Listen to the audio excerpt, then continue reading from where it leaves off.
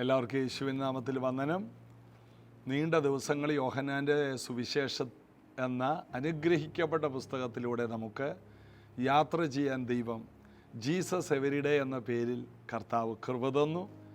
അതൊരു വലിയ ഭാഗ്യപദവിയായിട്ട് ഞാൻ കരുതുന്നു. സുവിശേഷങ്ങളിൽ തന്നെ ഏറ്റവും അധികം വെളിപ്പാടുകൾ കൊണ്ട് നിറഞ്ഞൊരു പുസ്തകമാണ് യോഹന്നാൻ്റെ സുവിശേഷം.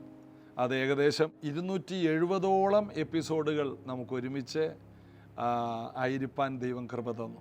നീണ്ട ദിവസങ്ങൾ ഏകദേശം 24 മെയ് ആരംഭിച്ച 2024 ആരംഭിച്ചത് ഈ കഴിഞ്ഞ 4-ാം തീയതി ഏപ്രിൽ 2025 വരെ ഏകദേശം 10 മാസത്തിലധികം നമ്മൾ ഒരുമിച്ച് ഈ യോഹന്നാൻ്റെ സുവിശേഷം ധ്യാനിക്കുകയായിരുന്നു, പഠിക്കുകയായിരുന്നു, അതിൽ നിന്ന് പ്രാർത്ഥിക്കുകയായിരുന്നു.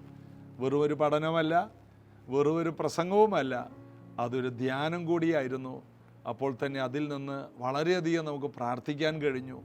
ഈ ദിവസങ്ങൾക്കുള്ളിൽ തന്നെ എത്രയോ കുടുംബങ്ങൾ ഈ മിനിസ്ട്രിയുമായിട്ട് അടുത്ത് പരിചയപ്പെടാനായിട്ട്, എത്രയോ കുടുംബങ്ങൾക്ക് വിടുതൽ ലഭിക്കാനായിട്ടൊക്കെ ഇടയായി. എല്ലാം കർത്താവിൻ്റെ കൃപയാണ്. പുതിയ ഒരു പുസ്തകത്തിൽ നിന്ന് നമ്മൾ താമസിയാതെ ആരംഭിക്കും. 2-3 ദിവസത്തിനുള്ളിൽ തന്നെ നമ്മളത് ആരംഭിക്കും. കർത്താവ് അതിനുള്ള വഴികളൊക്കെ തുറക്കട്ടെ.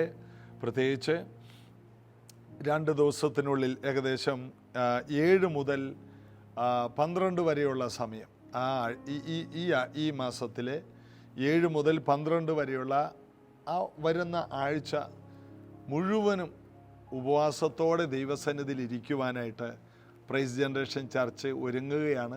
താല്പര്യമുള്ളവർക്കെല്ലാം കടന്നു വന്ന് പങ്കെടുക്കാം. വൈകിട്ട് സൂം മീറ്റിംഗ് ഈ പ്രാവശ്യവും ക്രമീകരിച്ചിട്ടില്ല, മറ്റ് ചില സാങ്കേതിക തകരാറുകൾ നിമിത്തം.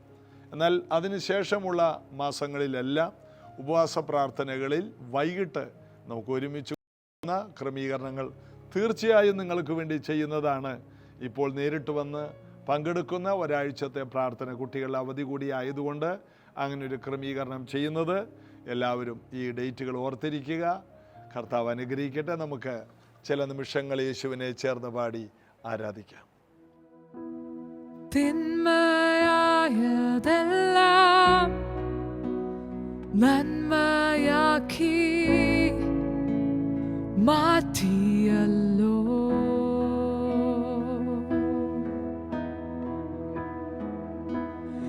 എൻ ജീവനിൽ അതിശയം ചെയ്തവനേ,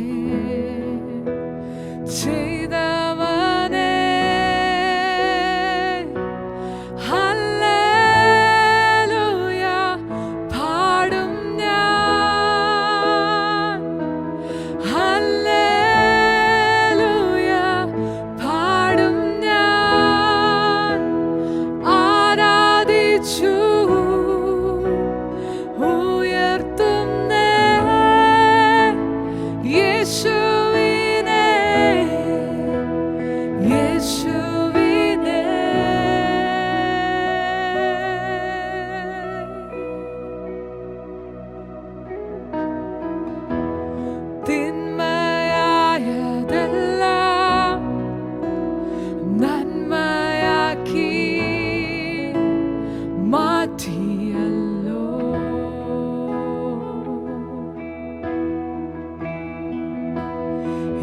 ജീവനിൽ അതിശയം ചെയ്തവനേ,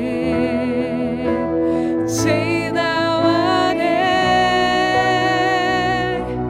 ഹല്ലേലൂയ പാടും ഞാൻ, ഹല്ലേലൂയ പാടും ഞാൻ, ആരാധിച്ചു ഉയർത്തുന്നേ യേശു.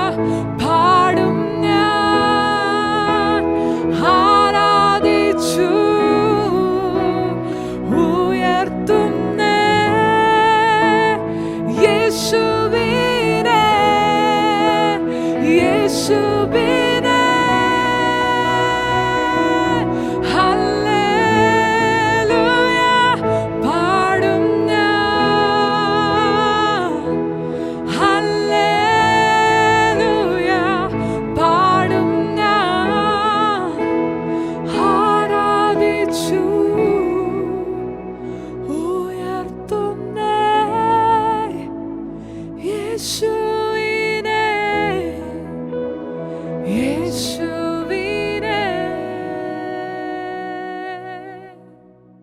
ഇന്ന് നമ്മൾ ധ്യാനിക്കുന്നത് ഉൽപ്പത്തി പുസ്തകം 1-ാം അധ്യായം, അതിൻ്റെ 1-ാം വാക്യം മുതലാണ്. അതിങ്ങനെയാണ് തുടങ്ങുന്നത്: ആദിയിൽ ദൈവം ആകാശവും ഭൂമിയും സൃഷ്ടിച്ചു.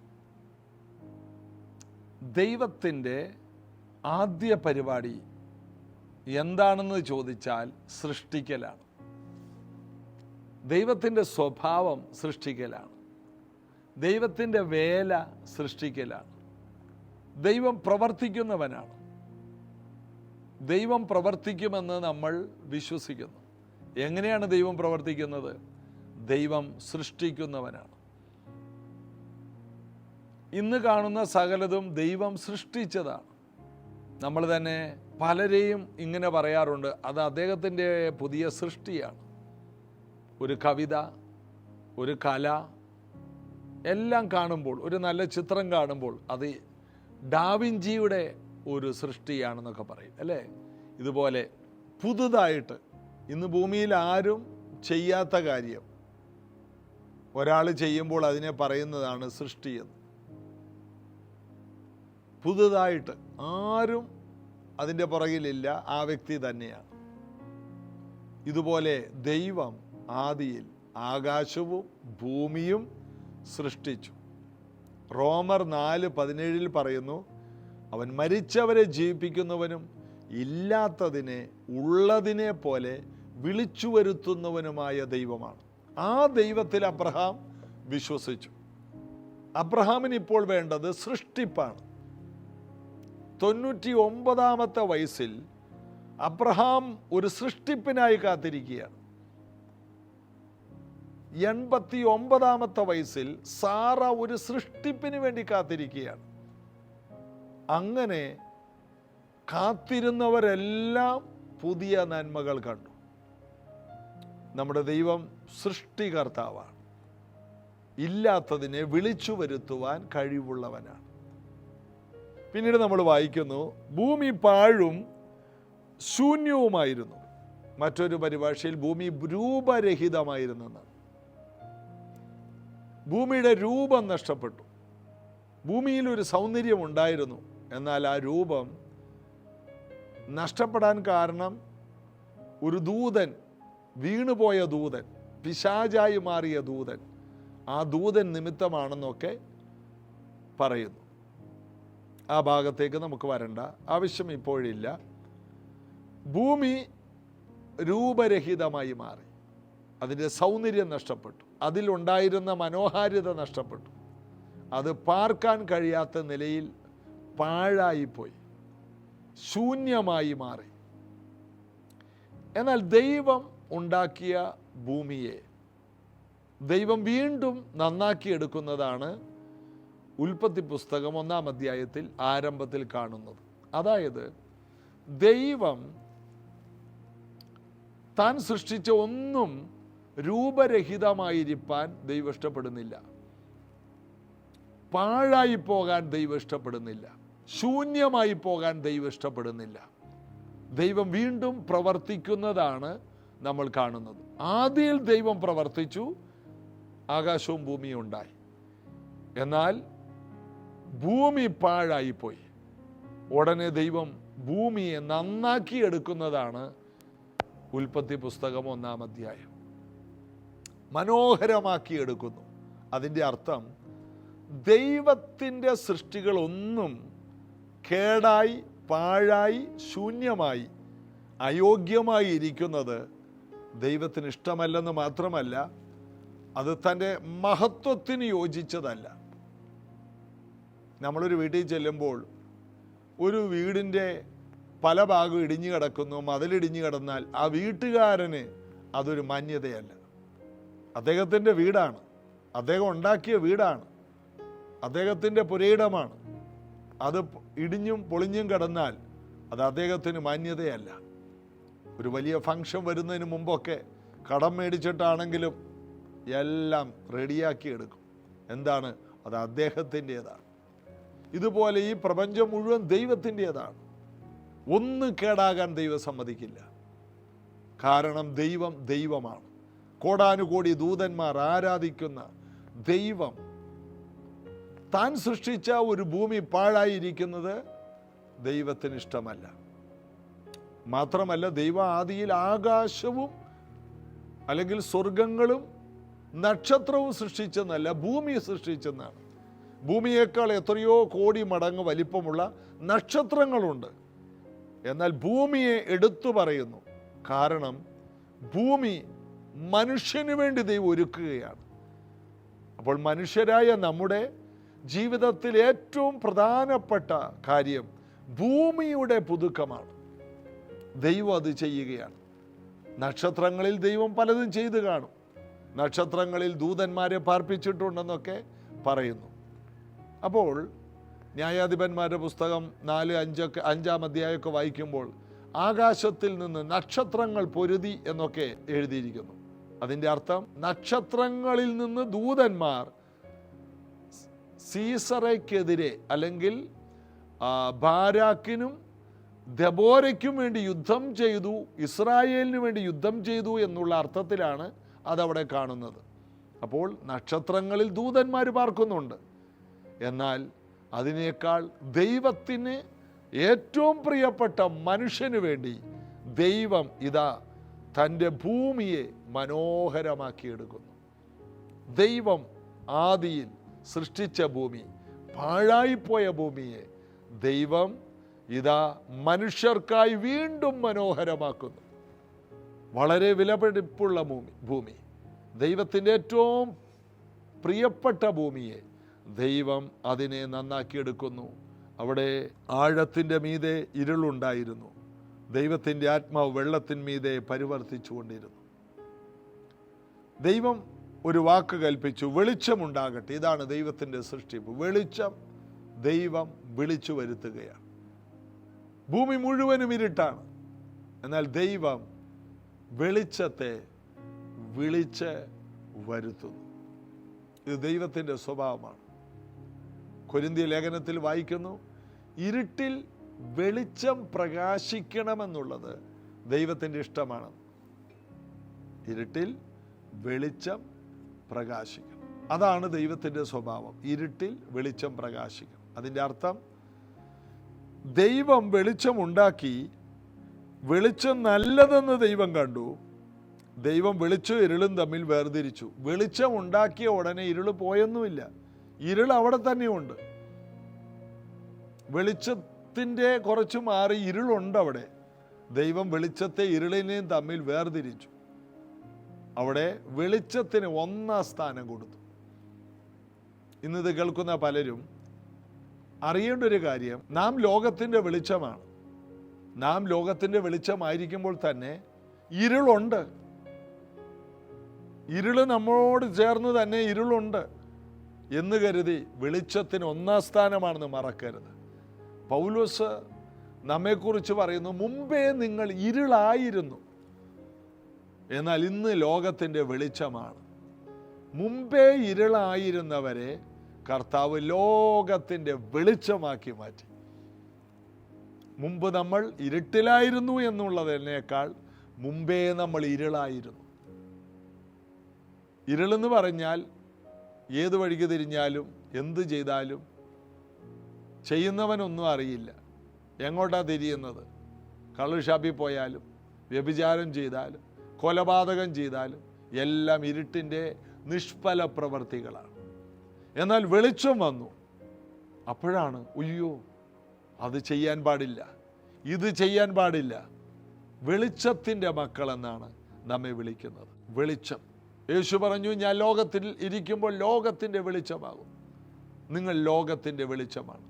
ഞാനും ലോകത്തിൻ്റെ വെളിച്ചമാണ്, നിങ്ങൾ ലോകത്തിൻ്റെ വെളിച്ചമാണ്. യോഹന്നാൻ കത്തി ജ്വലിക്കുന്ന വിളക്കായിരുന്നു. അല്പനേരത്തേക്ക് നിങ്ങൾ അവൻ്റെ വെളിച്ചത്തിൽ ആനന്ദിച്ചു. എന്നാൽ ഞാൻ ലോകത്തിൻ്റെ വെളിച്ചമാണ്. എന്നിൽ വിശ്വസിക്കുന്ന നിങ്ങളോ, നിങ്ങൾ ലോകത്തിൻ്റെ വെളിച്ചമാണ്. വെളിച്ചം ഇരുളിൽ പ്രകാശിക്കും. ഇരുളിൻ്റെ ഒരു പരിപാടിയും വെളിച്ചത്തോട് നടക്കില്ല. യോഹന്നാൻ്റെ സുവിശേഷം 1-ാം അധ്യായത്തിൻ്റെ 5-ാം വാക്യത്തിൽ അത് കാണുന്നു. അതിങ്ങനെയാണ് പറയുന്നത്, വെളിച്ചം ഇരുളിൽ പ്രകാശിക്കുന്നു, ഇരുളോ അതിനെ പിടിച്ചടക്കിയില്ല. ഒരു സത്യം അറിയാമോ? ദൈവം നമ്മെ വെളിച്ചമായി സൃഷ്ടിച്ചു. 2 കൊരിന്ത്യർ 5:17 പറയുന്നു, ഒരുവൻ ക്രിസ്തുവിലായാൽ അവൻ പുതിയ സൃഷ്ടിയാണ്. ദൈവം നമ്മളെ ഓരോ വ്യക്തികളെയും വെളിച്ചമായി സൃഷ്ടിച്ചു. മുമ്പേ നമ്മൾ ഇരുളായിരുന്നു, ഇപ്പോൾ നമ്മൾ വെളിച്ചമാണ്. നമ്മുടെ പ്രത്യേകത വെളിച്ചമാണ്. വെളിച്ചമാകുന്ന നമ്മൾ ഇരുളിൽ പ്രകാശിക്കും. ഇരുളിൻ്റെ നടുവിൽ നിന്ന് നമ്മൾ പ്രകാശിക്കും, എഴുന്നേറ്റ് പ്രകാശിക്കും. മാത്രമല്ല, ഇരുളിന് നമ്മെ ഇനി സ്വന്തമാക്കാൻ കഴിയില്ല, പിടിച്ചടക്കാൻ കഴിയില്ല. നാം ഒന്നാം സ്ഥാനമായി. നേരത്തെ ഇരുളെന്ന പേരിൽ വാണിരുന്ന പിശാച് ഇന്നിപ്പോൾ നമ്മോടടുക്കാൻ കഴിയാതെ അവൻ ഇരുട്ടിൻ്റെ രാജാവായി മാറി നിൽക്കുന്നു. നാം രാജാതിരാജാവായ കർത്താവിൻ്റെ മക്കളായി വെളിച്ചത്തിൽ വാഴുന്നു. അപ്പോൾ വെളിച്ചത്തിൻ്റെ പ്രത്യേകത വാഴുക എന്നുള്ളതാണ്. അതാണ് ഉൽപ്പത്തി പുസ്തകത്തിൽ നമ്മൾ കാണുന്നത്. രാത്രി വാഴാനും പകൽ വാഴുവാനും 2 വെളിച്ചങ്ങളെ ദൈവം ഉണ്ടാക്കി എന്ന് നമ്മൾ വായിക്കുന്നു. 16-ാം വാക്യത്തിൽ, പകൽ വാഴേണ്ടതിന് വലിപ്പമേറിയ വെളിച്ചവും രാത്രി വാഴേണ്ടതിന് വലിപ്പം കുറഞ്ഞ വെളിച്ചവും ആയി 2 വലിയ വെളിച്ചങ്ങളെ ദൈവം ഉണ്ടാക്കി. എത്ര വലിയ രാത്രിയെയും അടക്കി വാണ് കൊള്ളുക, പകലിനെ വാഴുക, രാത്രിയെ വാഴുക. 2 വെളിച്ചങ്ങളെ ദൈവമാക്കി. അപ്പോൾ വെളിച്ചത്തിൻ്റെ ജോലി, ദൈവം എന്തിനാണ് വെളിച്ചത്തെ സൃഷ്ടിച്ചത്? വാഴുവാനാണ്. നിങ്ങൾ ലോകത്തിൻ്റെ വെളിച്ചമാണെന്ന് യേശു പറഞ്ഞില്ലേ? നമ്മൾ വാഴണം. എന്തിനെ വാഴണം? ഇരുട്ടിനെ വാഴണം. സാഹചര്യങ്ങളുടെ മീതെ നിൽക്കണം. വെളിച്ചങ്ങൾ എപ്പോഴും താഴെയല്ല, മുകളിലാണ്. അതുകൊണ്ടാണ് കർത്താവ് പറഞ്ഞു, വിളക്ക് കത്തിച്ചിട്ട് കട്ടിലിൻ്റെ കീഴെ പറ കൊണ്ട് മൂടരുത്. പറയെന്ന് പറയുന്നത് അളവിൻ്റെ ഒരു ഉപകരണമാണ്, നെല്ലളക്കാനൊക്കെ ഉപയോഗിക്കുന്നത്. അളന്ന് വെളിച്ചം കൊടുക്കരുത്. വെളിച്ചം ഇനി അളന്നല്ല കൊടുക്കേണ്ടത്, അത് വീട്ടിൽ വരുന്ന എല്ലാവർക്കും പ്രകാശിക്കേണ്ടതിന്. അത് തണ്ടിന്മേൽ, അതിനൊരു സ്റ്റാൻഡുണ്ട് വിളക്ക് വെക്കാൻ. അത് എല്ലാവരുടെയും തലയ്ക്ക് മീതെയാണ്, എല്ലാവരുടെയും മുകളിൽ നിൽക്കണം. വെളിച്ചം എപ്പോഴും കാലിൻ്റെ കീഴെയല്ല, ഇരുട്ട് കാലിൻ്റെ കീഴെയും, വെളിച്ചം തലയ്ക്ക് മീതെയുമാണ്. വെളിച്ചം വാഴാനുള്ളതാണ്. ഈ സത്യങ്ങൾ അറിയുന്ന ഒരു ദൈവ പൈതൽ ഇരുളിനെ തോൽപ്പിക്കും. ഇരുൾ കാലിൻ്റെ കീഴെയാണ്. സമാധാനത്തിൻ്റെ ദൈവമോ സാത്താനെ വേഗത്തിൽ നമ്മുടെ കാലിൻ്റെ കീഴെ മെതിച്ച് കളയും. എന്നാൽ വെളിച്ചമോ എല്ലാവരെയും വാഴും. കർത്താവ് നമ്മെ നിർമ്മിച്ചത് ഈ ഭൂമിയെ വാഴാനാണ്. വെളിച്ചത്തെ ഇരുളിനെയും തമ്മിൽ 2ആക്കി. അതുകൊണ്ട് അവിശ്വാസിയും വിശ്വാസിയും തമ്മിൽ കൂട്ടായ്മകളില്ല. സമൂഹത്തിൽ ബന്ധമുണ്ടെങ്കിലും ഇടകലരുന്നില്ല. ഒരു തരത്തിൽ ഇടകലരുന്നില്ല. എന്നാൽ അവരെ നേടാൻ വേണ്ടി അവരിലേക്ക് ഇറങ്ങിച്ചെല്ലാം. യേശു പാർത്തിരുന്നത് ചുങ്കക്കാരോടും പാപികളോടുകൂടിയൊക്കെയായിരുന്നു. അവരുടെ കൂടെ തിന്നുകുടിച്ചു. എങ്കിലും അവരിലുള്ളത് യേശുവിലേക്ക് വന്നില്ല. യേശുവിലുള്ളതെല്ലാം അവരിലേക്ക് ചെന്നു, വെളിച്ചം. അങ്ങനെ പത്രോസും യാക്കോബ്, യോഹന്നാനും മത്തായി എല്ലാം പുറത്തു വന്നു. ഇതാണല്ലോ ശിഷ്യന്മാരുടെ ചരിത്രം. മുമ്പ് അവർ ഇരുളായിരുന്നു, എന്നാൽ വെളിച്ചം അങ്ങോട്ട് ചെന്ന് അവരെ കടന്നു പിടിച്ചു. സ്വാധീനിക്കാൻ ശേഷിയുള്ളതാണ് വെളിച്ചം, ശക്തിയുള്ളതാണ് വെളിച്ചം. ഇരുട്ടിന് അതിനെ പിടിച്ചടക്കാൻ സാധ്യമല്ല. ഏറ്റവും ശക്തിയുള്ള ഒന്ന് വെളിച്ചം. ഈ വെളിച്ചത്തിൻ്റെ മക്കളായി ജീവിപ്പാൻ, യേശുവിൻ്റെ മക്കളായി ജീവിപ്പാൻ ദൈവം നമുക്ക് കൃപ തന്നു. കർത്താവിൻ്റെ ആ ബലത്തിലും കൃപയിലും നമുക്ക് കൂടുതൽ ആശ്രയിക്കാം. വെളിച്ചമായിട്ട് വാഴുവാൻ, ഇനിയുള്ള നാളുകളിൽ ദൈവത്തിനു വേണ്ടി വാഴുവാൻ ദൈവം നമുക്ക് കൂടുതൽ കൃപ തരട്ടെ. പ്രാർത്ഥിക്കാം. കർത്താവായ യേശുവിൻ്റെ നാമത്തിൽ ഞങ്ങളുടെ മേലുള്ള ആ വലിയ വിളിക്കായിട്ട് സ്തോത്രം. വെളിച്ചമായിട്ട് ഞങ്ങളെ ഈ ഭൂമിയിൽ വാഴുവാനായിട്ട് അങ്ങ് ഞങ്ങളെ സൃഷ്ടിച്ചതിനായി സ്തോത്രം. ക്രിസ്തുവിലായ ഒരു വ്യക്തി പുതിയ സൃഷ്ടിയാണെന്നും അവൻ്റെ ഇരുട്ടെല്ലാം മാറിപ്പോയെന്നും സകലത് പുതുതായെന്നും ഒക്കെ ഞങ്ങൾ വായിക്കുന്നത് പോലെ തന്നെ ഞങ്ങളത് വിശ്വസിക്കുന്നത് കേൾക്കുന്നവരിൽ വലിയ ധൈര്യമുണ്ടാകട്ടെ. ഒരിരുട്ടിനും ഒരു രോഗത്തിനും ഒരു ശാപത്തിനും ഒരു മന്ത്രവാദത്തിനും ഒരു ബന്ധനത്തിനും അടുക്കാൻ കഴിയാത്ത അതിശ്രേഷ്ഠമായ വെളിച്ചമാണ് ഞാനെന്നുള്ള ആ വെളിപ്പാടിൽ ജീവിപ്പാൻ എല്ലാവർക്കും കൃപയുണ്ടാകട്ടെ. എല്ലാ പ്രതിസന്ധികളെയും മീതെ വാഴുന്നവരായി ദൈവമക്കൾ തീരട്ടെ. സകലത്തെയും വാഴട്ടെ പ്രാർത്ഥിക്കുന്നു യേശുവിൻ നാമത്തിൽ. ആമേൻ. കർത്താവ് കൂടിയിരിക്കട്ടെ. നാളെ ഇതേ സമയത്ത് നമുക്ക് ഒരുമിച്ച് കൂടാൻ കർത്താവ് കൃപ നൽകട്ടെ. God bless you.